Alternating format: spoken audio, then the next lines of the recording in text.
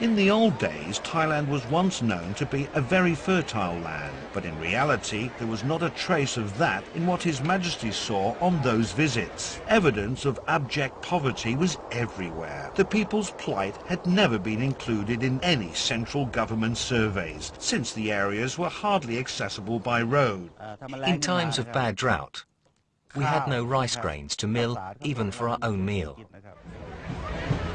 His Majesty said once that we were to return the people's affection by our deeds rather than words. By all means, the cause of their sufferings must be tackled. His Majesty came to the conclusion that going places to hand out blankets and clothing to them was comparable to an attempt to fill an ocean.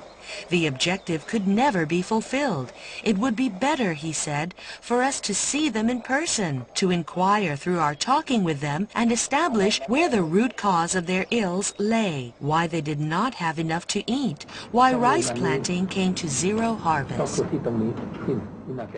Summer was spent in Hua Hin. Once the rainy season started, His Majesty might travel to Pi Kun Thong. From Pi Kun Thong to Spupan. After an interval, His Majesty would take off to Chiang Mai. That made up a whole year for him. With time, the problems became clear to His Majesty, and development assistance had been planned so as to cover all parts of the country.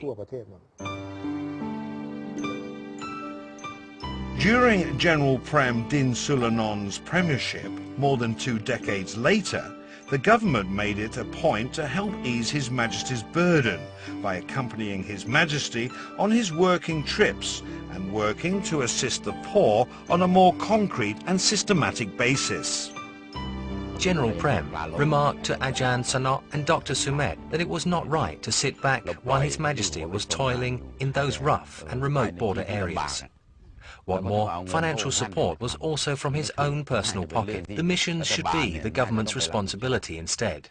That was how the special task force entitled the Office of the Royal Development Projects Board came into being. It was very late at night, but the big map was still spread in front of His Majesty. The map was used in a briefing to him on matters happening in the land. Given the fact that His Majesty was well versed in multiple areas of specialization, it could be the reason why he could see things more clearly than others. In any case, it was just the first chapter of His Majesty's visits to the remote areas of the country. The map you see His Majesty carrying around with him on the trips is in fact the source of data bearing details pertaining to the conditions applying to each individual village in the kingdom, including its vicinity too. His Majesty could make analysis by just consulting his map. For His Majesty, who could envisage the condition along the routes he was to take, some roads were covered with dust during the dry season. Some were infested with potholes after flooding had receded, and some were in the midst of a dense tropical forest. Nothing of the sort would deter him from taking his trips. The king had to wade through mud. Mud was on his shoes, inside his socks. He was determined to come. Really, those paths were tough, even for ox-drawn carts. Bumpy, covered with rocks, you know, and quite on a slant too. How his car could have negotiated that, I still wonder to this day. On the trips, he insisted on doing the driving himself, otherwise he would just walk. He said that was how one would have the feel of the place. His Majesty made a thorough analysis of the geographical features, altitude, depth, etc. His main philosophy is, whatever you plan or do must reflect the natural environment as well as geographical features applying there.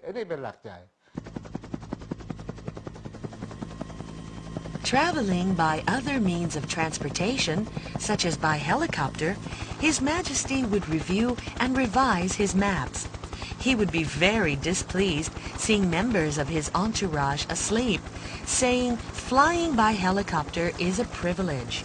They should realize that official properties were in use, so falling asleep on it was not the way to optimize their services.